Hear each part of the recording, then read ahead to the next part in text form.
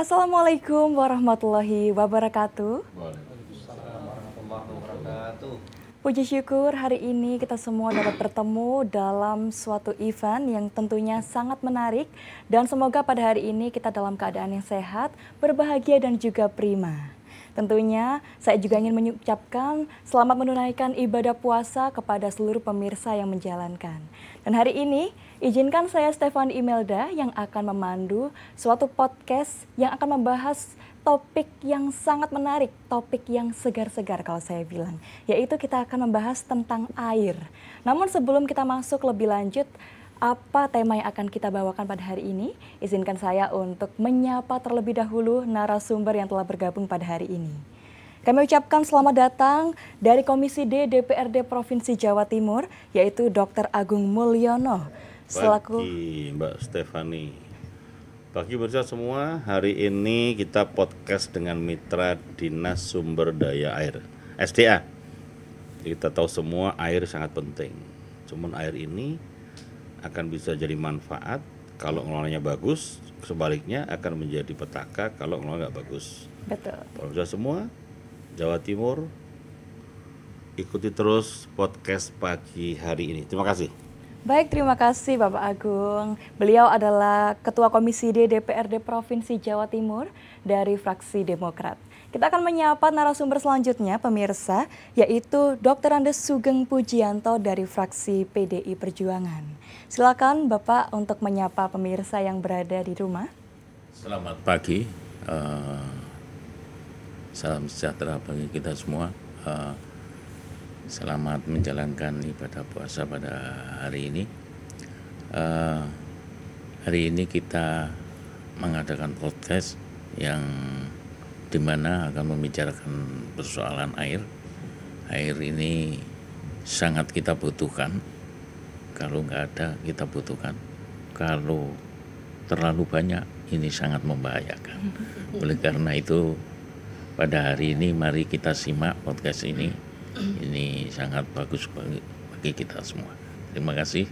Assalamualaikum warahmatullahi wabarakatuh. Waalaikumsalam warahmatullahi wabarakatuh. Terima kasih Bapak Sugeng telah menyapa pemirsa yang ada di rumah. Dan selanjutnya kita akan beralih untuk menyapa Bapak Guntur Wahono selaku anggota dari Komisi di DPRD Provinsi Jawa Timur dari fraksi PDI Perjuangan. Silakan Bapak untuk menyapa pemirsa. Assalamualaikum warahmatullahi wabarakatuh. Selamat pagi para pemirsa.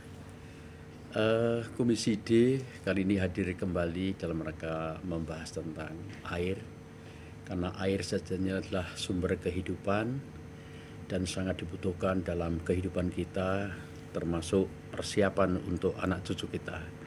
Tetapi kalau tidak dirawat dengan baik, ini akan memusnahkan semuanya. Terima kasih, mari kita ikuti bersama-sama. Baik, terima kasih Bapak Guntur. Dan selanjutnya kita akan menyapa Bapak Haji Deni Prasetya SE. Beliau adalah anggota dari Komisi D DPRD Provinsi Jawa Timur fraksi Nasdem. Silakan Bapak untuk menyapa pemirsa. Assalamualaikum warahmatullahi wabarakatuh. Waalaikumsalam. Selamat pagi, salam sejahtera bagi kita semuanya. Mari kita simak podcast hari ini bersama dengan Komisi D DPRD Provinsi Jawa Timur dan dengan mitra sumber daya air. Mari kita saksikan dan simak bersama-sama. Baik, terima kasih Pak Deni. Selanjutnya kita akan menyapa narasumber kita yang paling cantik. Selamat datang Ibu Sri Hartati, beliau dari fraksi Golkar. Silakan Ibu untuk menyapa pemirsa yang menonton. Terima kasih. Assalamualaikum warahmatullahi wabarakatuh. Waalaikumsalam. Enjang, saya ucapkan selamat menunaikan ibadah puasa bagi yang menjalankan. Alhamdulillah pagi ini dalam keadaan sehat walafiat. Semoga podcast dengan PUSDA ini bermanfaat bagi kita semua. Terima kasih. Wassalamualaikum warahmatullahi wabarakatuh. Waalaikumsalam. Terima kasih Bu Sri. Dan kalau sudah lengkap pemirsa, kita telah menyapa seluruh narasumber yang berada dari Komisi D DPRD Provinsi Jawa Timur. Kita juga kedatangan tamu yang spesial juga dari Perhutani Jawa Timur. Beliau adalah Insinyur Suratno S.Hud MM yang merupakan Kepala Departemen Perencanaan dan Pengembangan Bisnis Perhutani Jawa Timur. Kami persilakan Bapak Suratno untuk menyapa pemirsa. Terima kasih Mbak Stefani. Assalamualaikum warahmatullahi wabarakatuh. Waalaikumsalam. Selamat pagi, salam sejahtera untuk kita semua. Luar biasa pagi hari ini di antara Bapak Ketua Komisi D dan beberapa anggota DPRD Provinsi Jawa Timur. Kami sangat senang pagi hari ini bisa ketemu dan semoga pagi hari ini kita bisa memberikan manfaat kepada masyarakat Jawa Timur terkait pengelolaan air. Dan dari Perhutani kami siap support. Perhutani Jawa Timur punya tagline untuk tahun 2024 ini, kompak, excellent, dan jadi pemenang. Semoga Jawa Timur menjadi pemenang. Terima kasih. Assalamualaikum warahmatullahi wabarakatuh. Waalaikumsalam warahmatullahi wabarakatuh. Kompak selalu berarti untuk kita semua ya Pak ya. Begitupun Kompak, kolaborasi dengan Perhutani dan juga dari DPRD Provinsi Jawa Timur. Dan hari ini kita akan membahas tema pemirsa yaitu tentang pendekatan hulu daerah aliran sungai atau kita sebut dengan DAS. Dengan satu pertanyaan yang akan kita bahas yaitu tanam pohon atau konstruksi sipil. Pertanyaan ini akan mengawali diskusi kita pada hari ini dan akan menjadi sebuah pilihan yang akan menjadi hal yang akan dikaji dan juga kita akan bersama-sama memikirkan nasib bagaimana sumber daya air terutama di Jawa Timur. Oke, langsung saja kita akan bertanya ya. Untuk mengawali pertanyaan, kita akan bertanya kepada Bapak Suratno selaku Kepala Departemen Perencanaan dan Pengembangan Bisnis Perhutani Jawa Timur.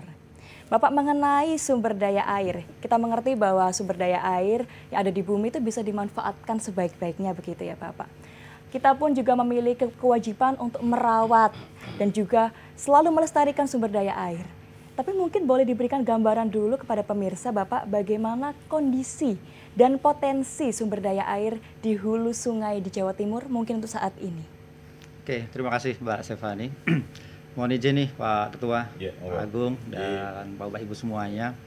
Baik, di Jawa Timur ini Perhutani diberikan kewenangan untuk mengelola hutan, itu luasnya 1,1 juta hektar di Jawa Timur. Cukup luas sih memang. Ada beberapa juga yang kemudian pengelolaannya di luar Perhutani, ada beberapa yang UPT-nya kementerian, seperti Taman Nasional, kayak Bromo Tengger gitu ya, atau Baluran. Atau di Banyuwangi ada juga Alas Purwo, betul Pak Agung gitu ya. Kemudian ada Tahura juga yang UPT-nya Dinas Kehutanan. Nah, kami dengan 1,1 juta hektar ini ada hutan produksi dan hutan lindung. Jadi hutan produksinya itu sebenarnya sekitar angkanya di angka 700 ribuan. Kemudian untuk kawasan lindung termasuk hutan lindung itu sekitar 400 ribu. Nanti ditambah juga ada kawasan perlindungan sempat itu sekitar 200 ribuan sehingga memang totalnya sebenarnya fungsi perlindungannya cukup besar juga. Nah, kemudian kalau terkait pertanyaan Mbak Stefani, bagaimana kondisi? Jadi gini, kami memberikan gambaran. Kami ini untuk yang sifatnya hutan lindung dan kawasan perlindungan. Jadi kalau kami kawasan perlindungan itu nih Pak Agung. Jadi kalau ada sungai, itu kanan kirinya harus ada kawasan perlindungan 50 meter. Ada danau, kanan kirinya juga ada kawasan perlindungan. Jadi selain hutan lindung itu juga hal-hal seperti itu kami harus kemudian memberikan fungsi lindung.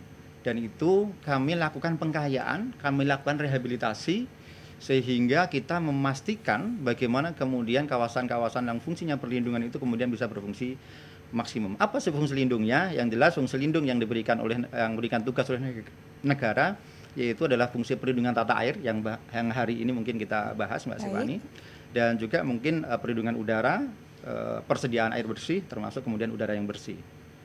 Jadi itu. Kemudian kondisinya seperti apa? Jadi alhamdulillah mungkin kalau kami mengatakan memang mungkin secara umum kondisi perlindungan di hulu sih relatif bagus, walaupun mungkin mungkin ada juga yang memang perlu perbaikan.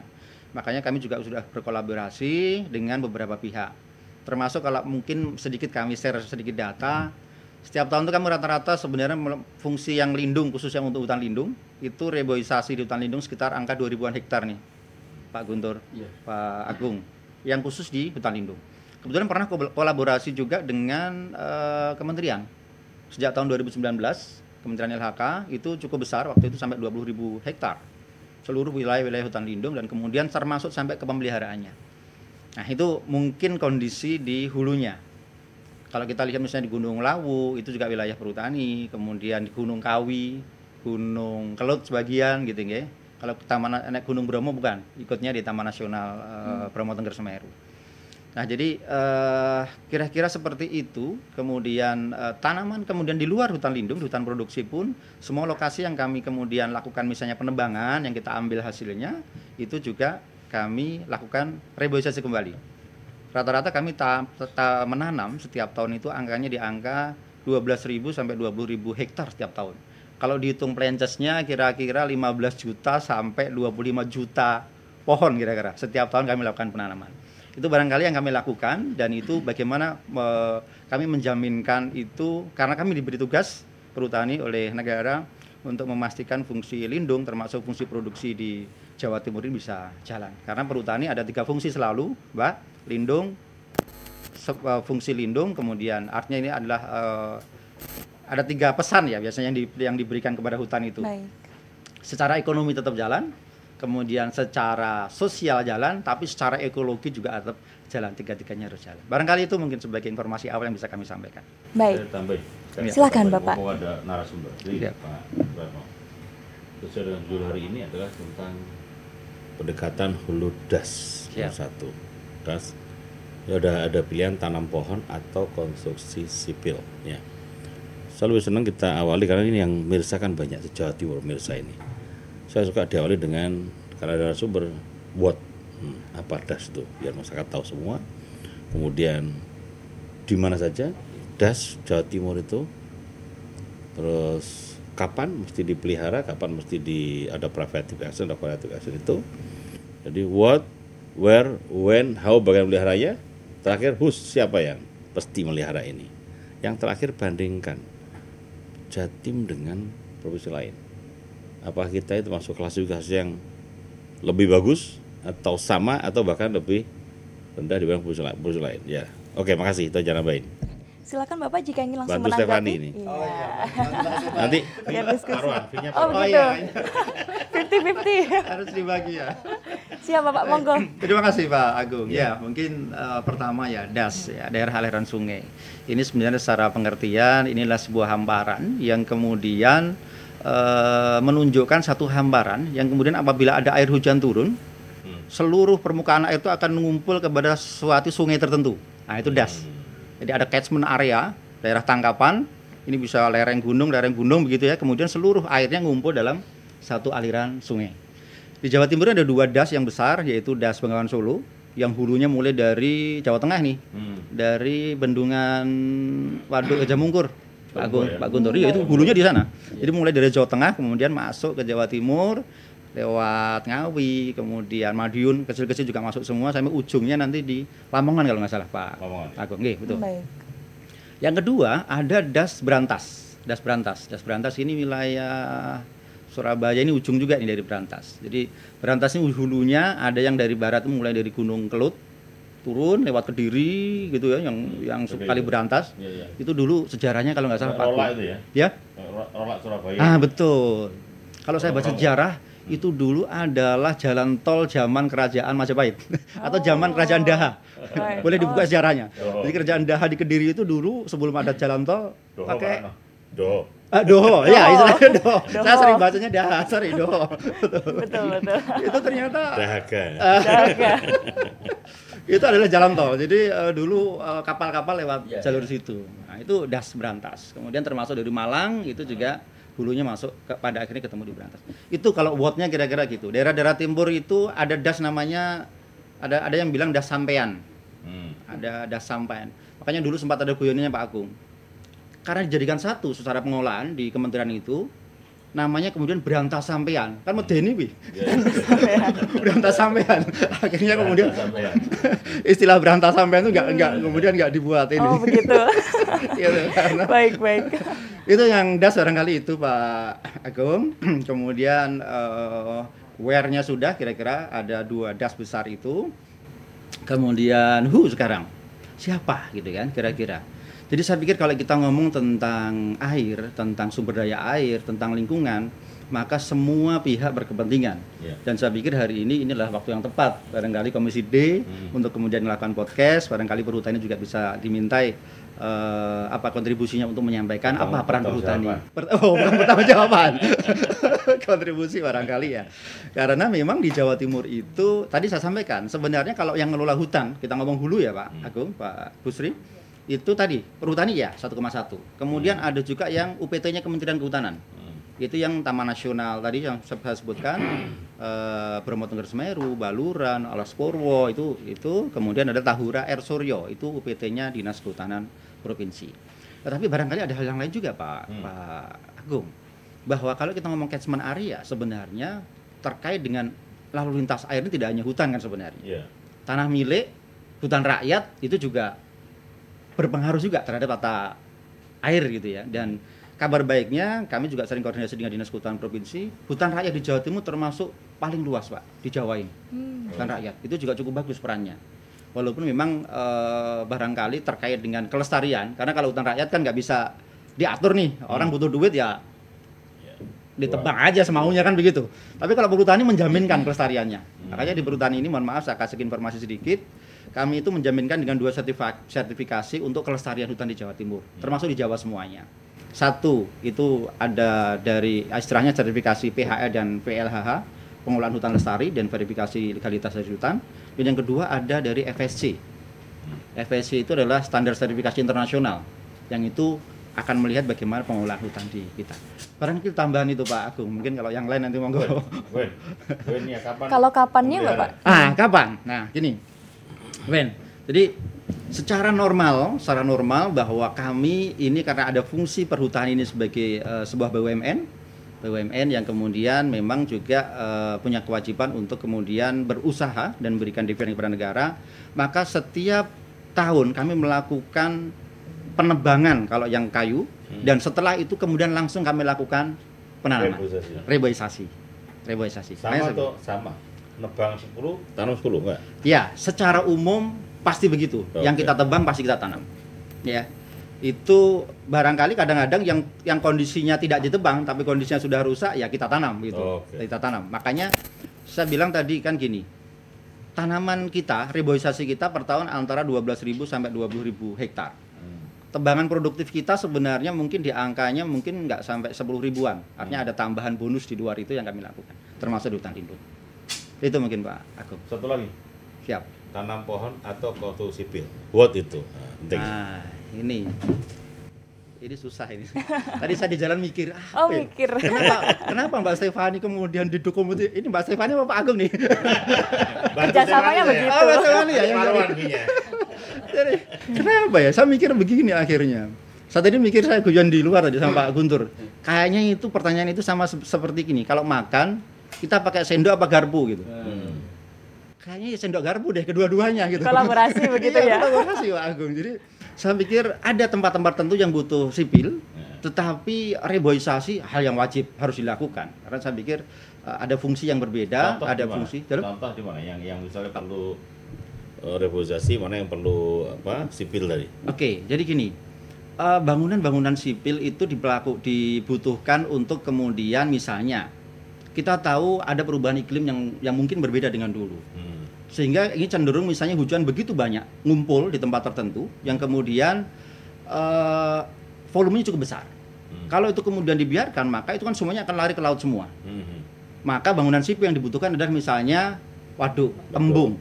Itu perlu untuk kemudian jangan kemudian air itu langsung habis masuk ke laut karena kita masih musim kemarau nih, butuh nih untuk aktivitas masyarakat untuk minum, untuk irigasi dan lain-lain. Itu salah satu mungkin yang contoh yang paling ini itu Pak Agung.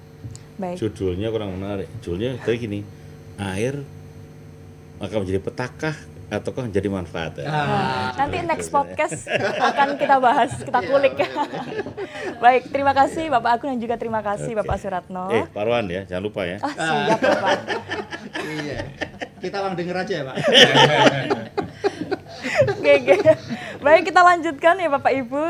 Kalau tadi sempat disinggung oleh Pak Suratno bagaimana ternyata harus ada kolaborasi antara tanam pohon atau konstruksi sipil, tidak bisa dipilih salah satu begitu, nggih. Tapi kalau di sini pertanyaan saya akan saya arahkan mungkin kepada Bapak Agung terlebih dahulu. Ya, boleh. Kalau tentang sumber daya air, pasti pemerintah ini kan memiliki kewenangan untuk membangun konstruksi sipil, nggih Pak ya. Berupa waduk, mungkin seperti disebutkan tadi, bendungan, jaringan irigasi, dan lain sebagainya. Apakah Bapak bangunan-bangunan tersebut itu sudah menjadi kewenangan pemerintah provinsi sepenuhnya? Ya, sudah? Sudah Bapak.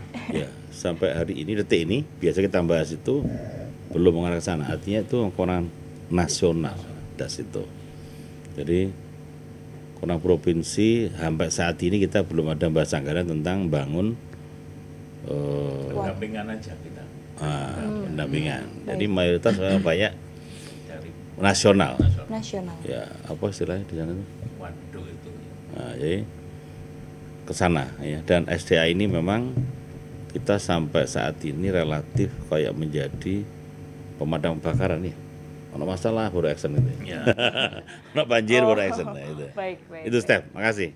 Untuk saat ini berarti belum ya Pak ya? Belum. Ya, masih banyak kewenangan pusat nasional. Akankah ke depan? Jadi jalan itu kan kayak jalan tuh. Baik. Hampir sama kayak SDA ini. Ada kewenangan kabupaten, ada kewenangan provinsi, ada kewenangan pusat. Baik. Nah, ini sama SDA. Ada kewenangan daerah, kabupaten, ada kewenangan provinsi, ada kewenangan pusat nasional. Oke. Baik, terima kasih Bapak. Tapi untuk kedepannya apakah akan ada rencana untuk juga menampung untuk permasalahan tentang sumber daya air ini Bapak melalui pemerintahan provinsi? Prinsip intinya kalau ada masalah pasti kolaborasi antara ketiga-tiganya. Siap, terima kasih Bapak. Ya. Selanjutnya kita akan mengarah pada Bapak Sugeng. Bapak Sugeng, kalau tadi sudah dijelaskan tentang beberapa hal ya, tentang sumber daya air. Lalu kalau menurut Bapak ada berapa dan di mana saja Bapak infrastruktur sumber daya air yang menjadi kewenangan Pemprov? Pasti kan ada beberapa yang juga menjadi kewenangan Pemprov nih. Apakah memang semuanya pusat atau bagaimana? Ya, begini. Memang ada beberapa itu yang kewenangan yang mungkin di sini ini adalah yang berada di sungai yang menjadi tanggung jawab dari provinsi sendiri. Ya, itu. Di sini masuk banyak sekali, memang banyak. Cuman itu di sirip-siripnya das tadi. Das yang disebutkan Pak Arno tadi. Jadi kayak das Berantas, das Bengawan Solo itu semuanya kewenangan dari BPWS. Nah, kita sebagai pendampingannya itu mungkin di sirip-siripnya itu aja. Nah, namun di sini ini sedikit saya menambah, mungkin menjadi perhatian kita bersama bahwa kayak tanam pohon ini memang sudah kewenangan dari kehutanan. Namun masih banyak sekali sebenarnya keinginan kita dari Provinsi Jawa Timur itu yang dulu itu menjadi satu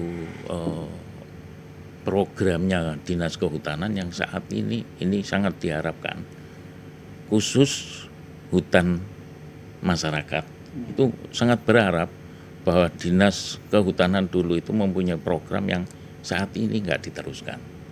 Itu ada dua yang dulu, mohon maaf, mungkin ini sebagai koreksi mungkin nantinya bisa dilanjutkan untuk program ini, yaitu yang pertama itu udah dam penahan. Dulu ada dam penahan yang mungkin ditangani oleh Dinas Kehutanan. Ini sangat membantu sekali, sangat membantu di mana biasanya das ini akan mengakibatkan banjir di sedikit mungkin aliran sungai. Iya. Namun kalau begitu ada dam penahan itu saya kira ini bisa apa istilahnya ya, memberhentikan air sekaligus mungkin bisa membuat sebagai resapannya. Nah, itu yang pertama. Yang kedua tentang sumber resapan. Yang sumber resapan ini masih ada sampai sekarang. Ini masih ada.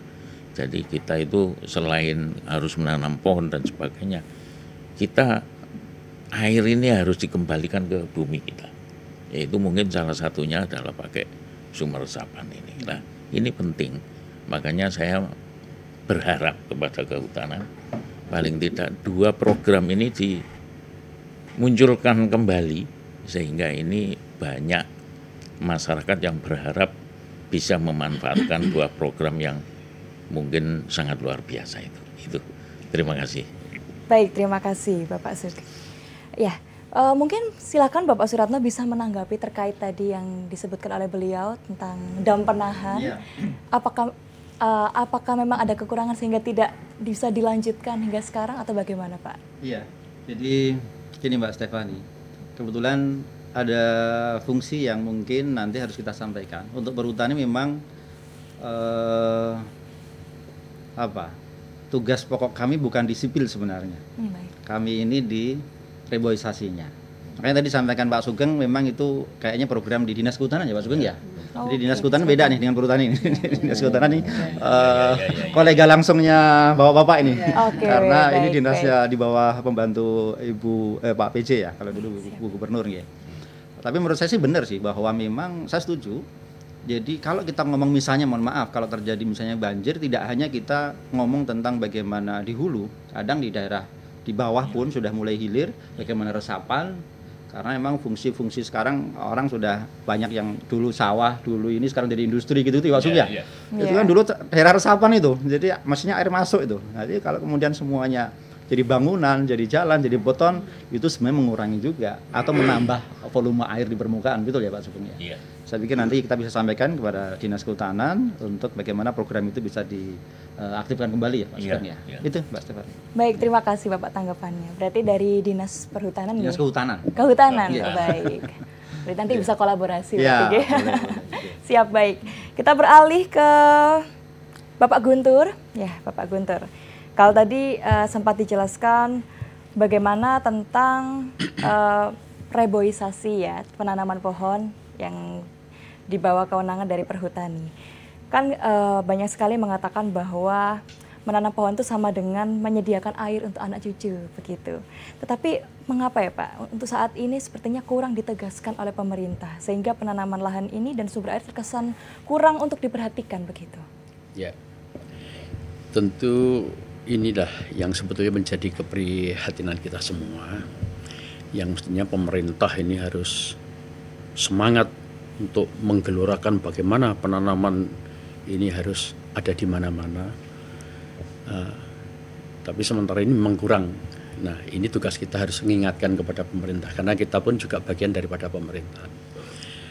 Kejadian banjir dan lain sebagainya itu diawali dari penebangan hutan yang luar biasa. Kalau sudah gundul, sudah tidak ada air yang meresap ke tanah, air mengalir, terjadilah banjir di mana-mana.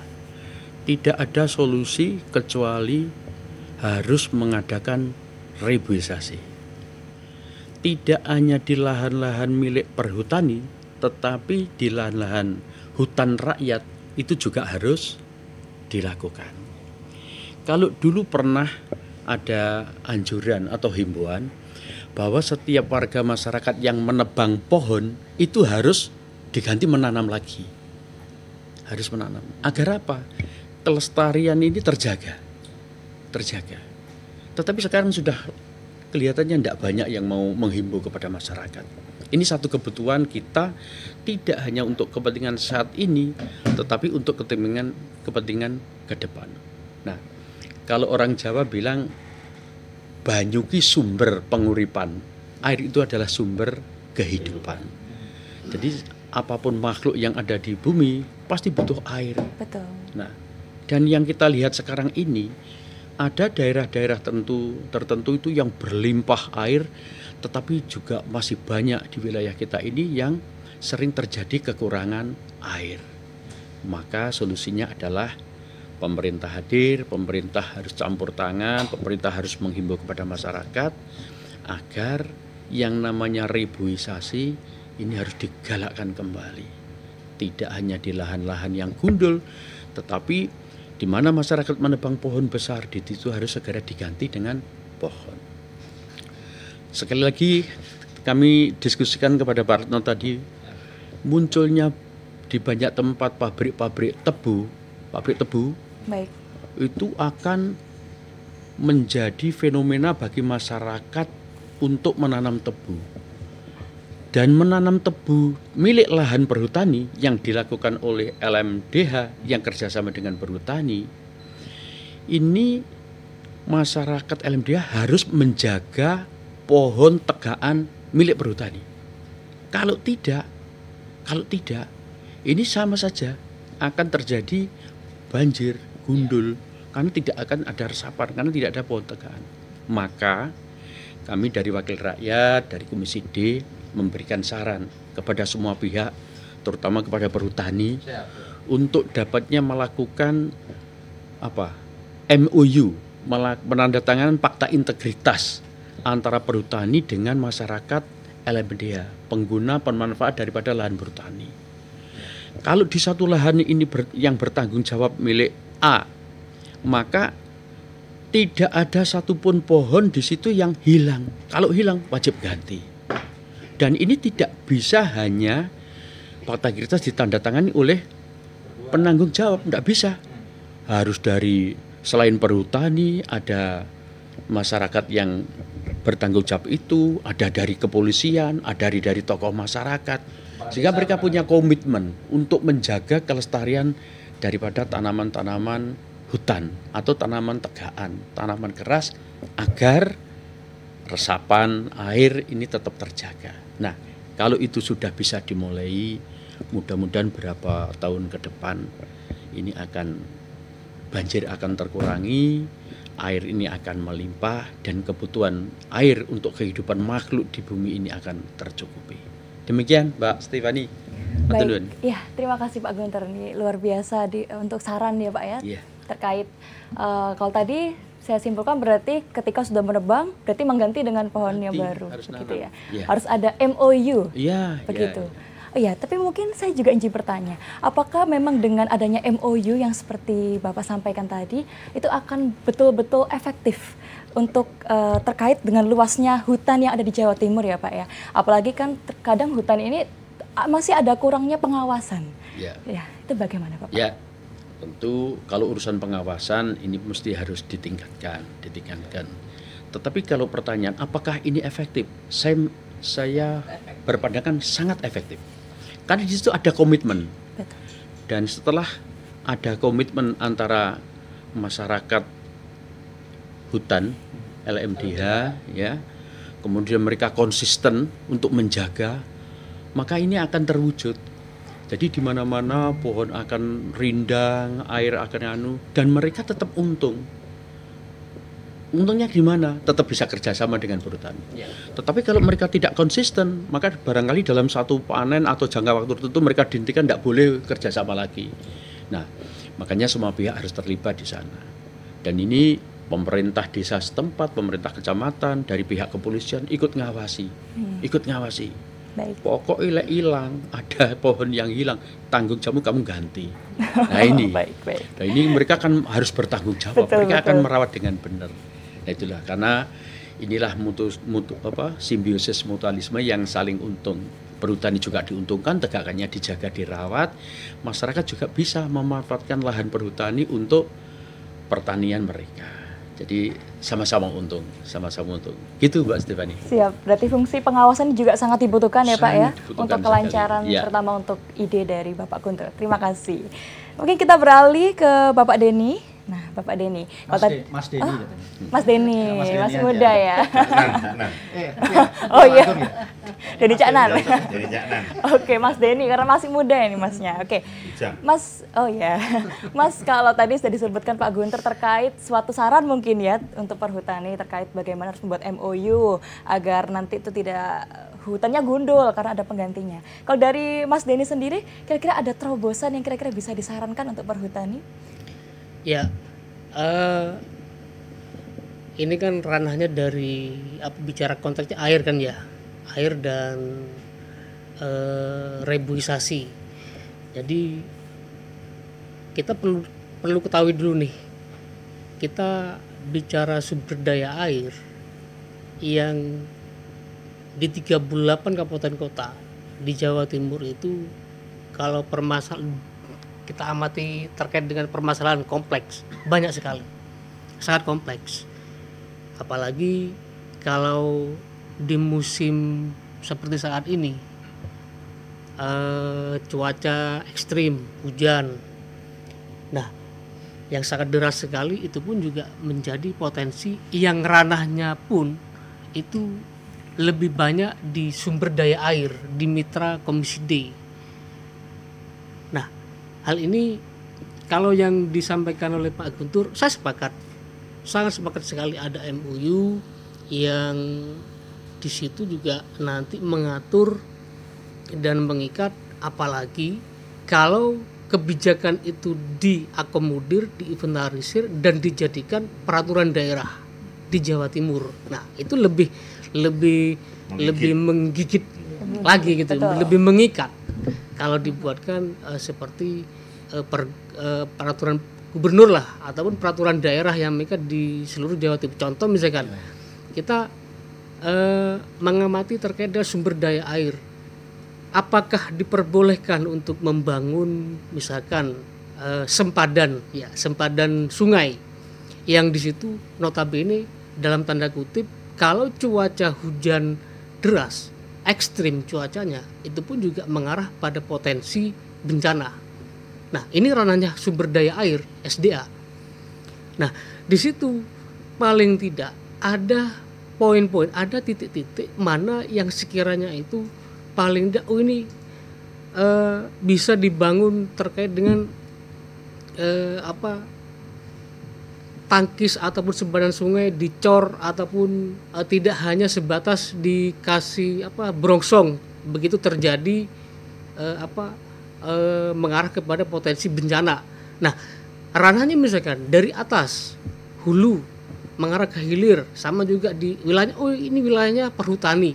Nah, di situ kita mengamatinya, kalau sudah ada dari pemerintah provinsi Jawa Timur semacam kayak peraturan daerah, ini utamakan dulu terkait dengan keselamatan, yang di sana reboisasi didahulukan. Bagaimana kalau seandainya hujan lebat, cuaca ekstrim, itu pun akan mengarah kepada yang ada di bawah, seandainya ada longsor misalkan seperti itu. Nah, reboisasi, tetapi dalam konteks keselamatan, paling itulah yang paling utama. Di bawahnya itu kan banyak masyarakat, banyak warga ataupun banyak penghuni yang ada di bawah, misalkan kalau bicara perhutani agak mengarah ke atas kan seperti itu. Iya. Begitu hujan deras ekstrim, begitu potensi gundul katanya ya, hutannya gundul, itu pun akan mengarah kepada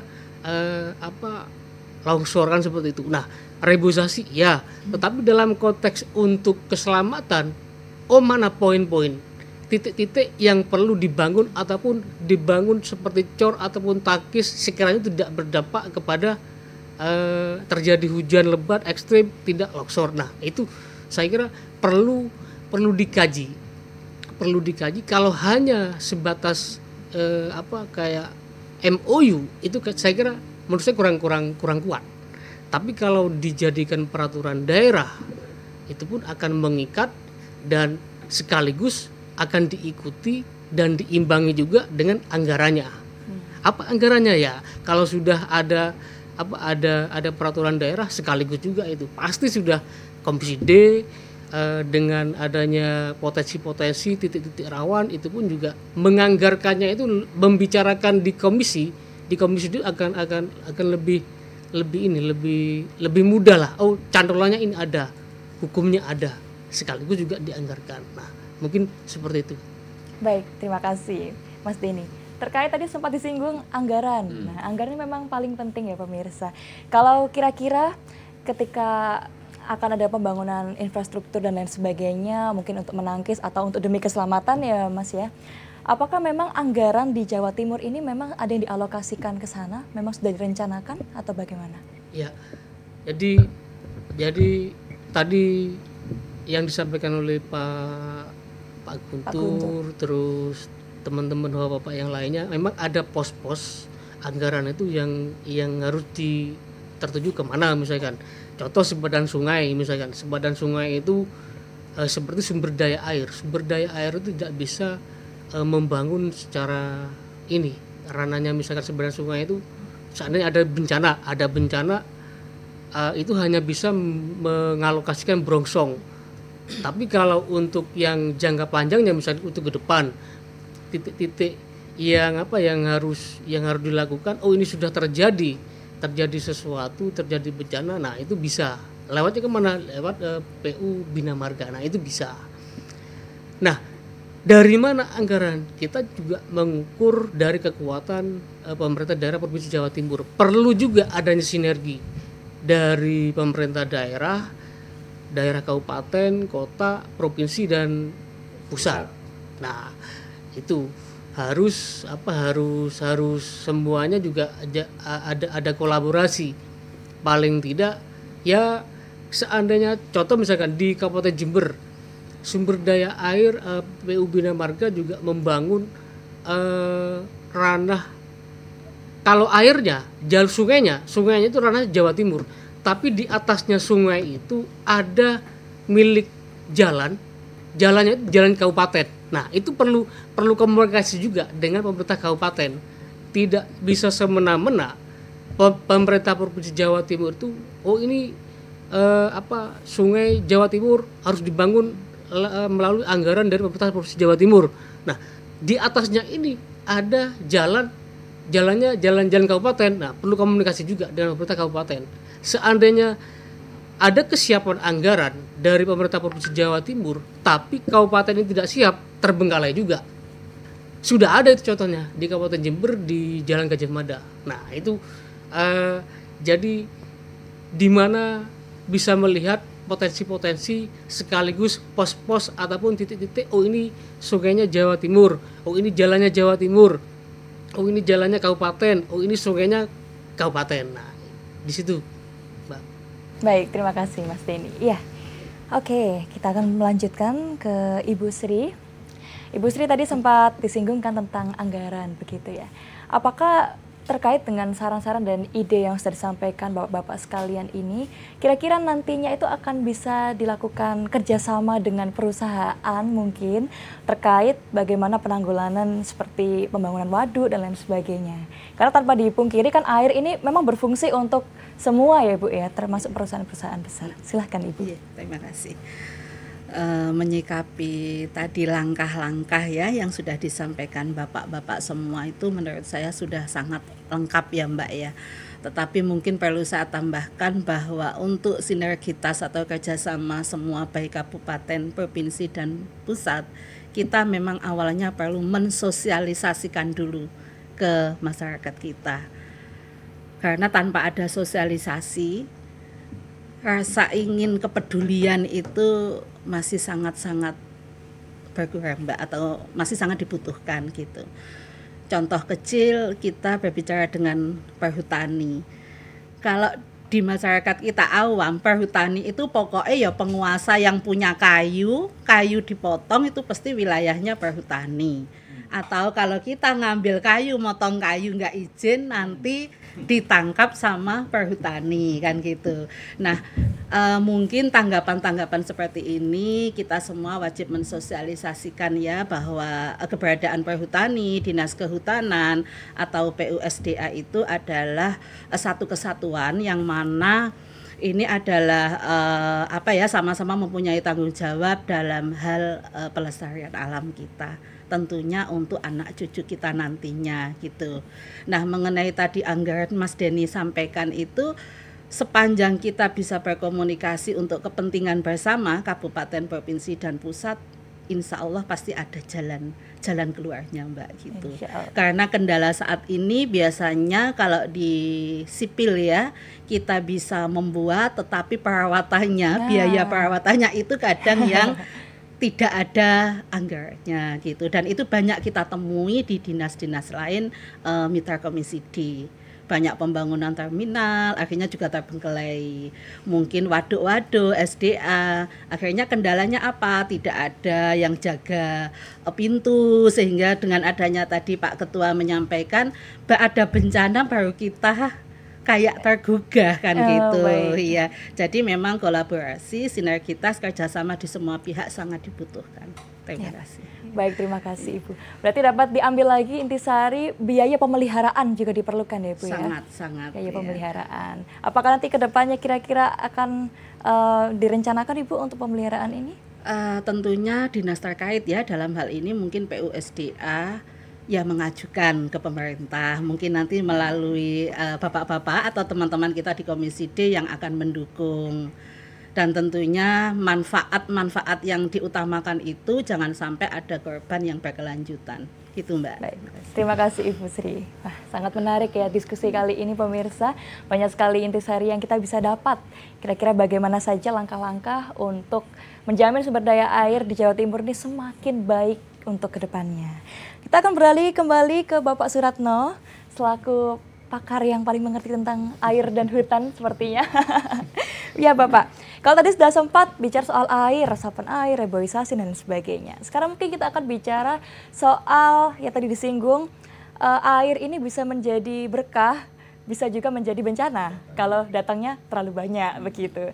Nah ini kan biasanya yang terjadi adalah banjir, tanah longsor, dan juga itu semua dianggap karena intensitas hujan yang sangat tinggi, terutama di Jawa Timur memang tinggi ya. Dan yang jadi kambing hitam karena dianggap rendahnya kekuatan dari konstruksi sipil. Nah, kira-kira mengapa ya Pak anggapan ini sering muncul? Apakah memang konstruksi sipil di Jawa Timur ini kurang handal atau pemeliharaannya kurang atau bagaimana Pak? Iya. Jadi kalau nyimak pertanyaannya Mbak Stefani, kadang-kadang saya bayangin mata Najwa gitu. Tajam gitu ya. Ini mata Stefani. Oh, mata Stefani. Oh, maaf ya Pak Agung ya. Baik, jadi pertama mungkin saya dari awal dulu. Memang dari kecil kita dulu semuanya memang sudah dikasih wejangan sama leluhur. Kalau banjir itu konotasinya adalah hutan gundul gitu. Iya. Iya Mas Dani ya? Betul. Kita lihat dari ini yang gundul sebenarnya dari 6 ini cuman kita berdua Pak. Oh, iya. Kurang air. Masih ada lagi. Ya, ada lagi. Pak Ketua. Oh, nggak berani saya. Saya nggak berani Mas Dani. Iya. Tapi memang teori-teori ke belakang memang tidak hanya itu ternyata. Jadi kalau kita ngomong banjir, ngomong longsor tidak hanya kemudian ansih penyebabnya adalah hutan gundul. Ada banyak kasus hutannya sangat bagus, tapi tetap bisa terjadi longsor. Dulu kita di Jawa Timur pernah terjadi daerah, kalau nggak salah saya udah agak lama ya Mas Denny, di Jember atau mana, hutannya sangat bagus. Tapi karena intensitas hujan yang luar biasa, ternyata kemampuan tanah itu kemudian tidak mampu. Iya. Ada kan Pak Guntur ya? Jadi ini yang harus diluruskan juga, jangan-jangan. Jadi di Jawa Tengah kebetulan ada juga, kemudian wilayah perhutani juga di daerah Banyumas juga pernah terjadi hal yang sama. Jadi tidak hanya itu maksud saya. Jadi makanya hutan gundul, karena betul tadi Mbak Stefani, bisa jadi karena curah hujan yang sangat tinggi, itu bisa menjadi penyebab jika struktur tanah itu kemudian struktur tanah yang gembur begitu. Itu biasanya ikut semuanya gitu, maka terjadi biasanya banjir bandang itu terjadinya seperti itu biasanya. Betul Pak. Nah kita tidak berharap itu, makanya tadi nyambung di awal bahwa untuk lokasi yang kemudian kita tengarai, misalnya curah hujan yang selalu tinggi, daerah-daerah istilahnya Pak Sugeng itu kan kalau induknya das ya, apa istilahnya sirip ya istilahnya ya. Sungai-sungai kecil yang masuk menuju besar itu juga kemudian diidentifikasi barangkali. Kemudian kalau memang perlu kemudian dibuatkan bangunan sipil tadi yang kita nyambung, saya pikir itu perlu dilakukan. Dan di Jawa Timur ada beberapa memang sudah mungkin sejak 5-6 tahun terakhir sudah dilakukan. Wilayah perhutani termasuk salah satu yang kemudian dijadikan sebagai tempat untuk istilahnya ini penggunaan kawasan Pak Agung. Karena fungsinya menjadi waduk ya. Ada di Nganjuk, kemudian ada di Trenggalek, di Bendungan Tugu, di Nganjuk ada, di Bojonegoro ada. Betul ya Bu Sri nggih? Termasuk yang paling baru ini sedang dibangun adalah Bendungan Gerak Karangnongko. Itu di Bengawan Solo, badannya Bengawan Solo nanti juga proses dibangun. Nah, pertanyaan berikutnya, bangunan sipilnya kok enggak, kan begitu ya tadi ya? Betul, okay. Saya sebenarnya bukan kapasitas saya untuk menilai ini.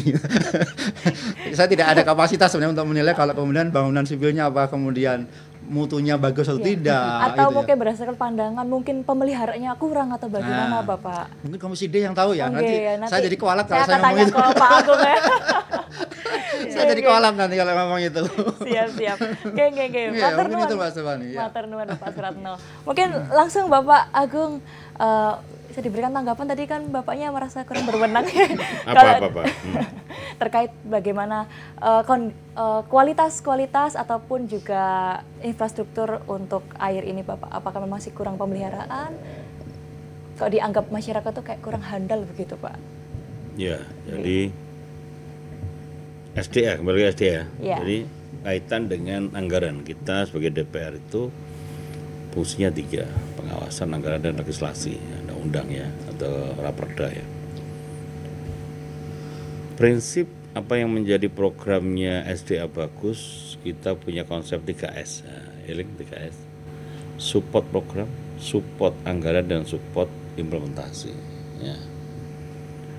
Dan memang saran kita SDA kali ini jangan hanya sebagai pemadam kebakaran, harus ada namanya preventive action dan corrective action. Ya, kita tahulah musim hujan itu kapan, musim panas itu kapan, musim banjir kapan, tahulah. Kayak kalau saya dokter tuh musim demam berdarah bulan apa udah tahu, di Dinkes itu pasti udah ada datanya.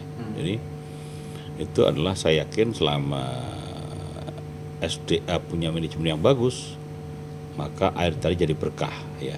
Kalau SDA nggak bagus, maka air tadi akan menjadi petaka ya. Musibah. Jadi musibah. Itu Steph, oke. Siap.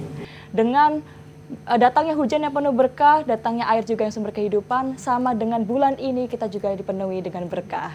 Kalau begitu, saya Stefani Imelda mengucapkan terima kasih, terutama kepada narasumber yang telah bergabung, yaitu Bapak Agung. Terima kasih Bapak. Terima kasih Bapak Sugeng. Lalu juga terima kasih Bapak Guntur. Sama-sama. Ibu Sri, Sangat. Mas Denny, dan juga Bapak Suratno. Semoga nanti next podcast sepertinya sudah ada topik yang akan kita rencanakan begitu ya, nanti ya. Baik, kalau begitu saya Stefani Imelda pamit undur diri dan sampai jumpa di podcast selanjutnya. Wassalamualaikum warahmatullahi wabarakatuh. Waalaikumsalam warahmatullahi wabarakatuh.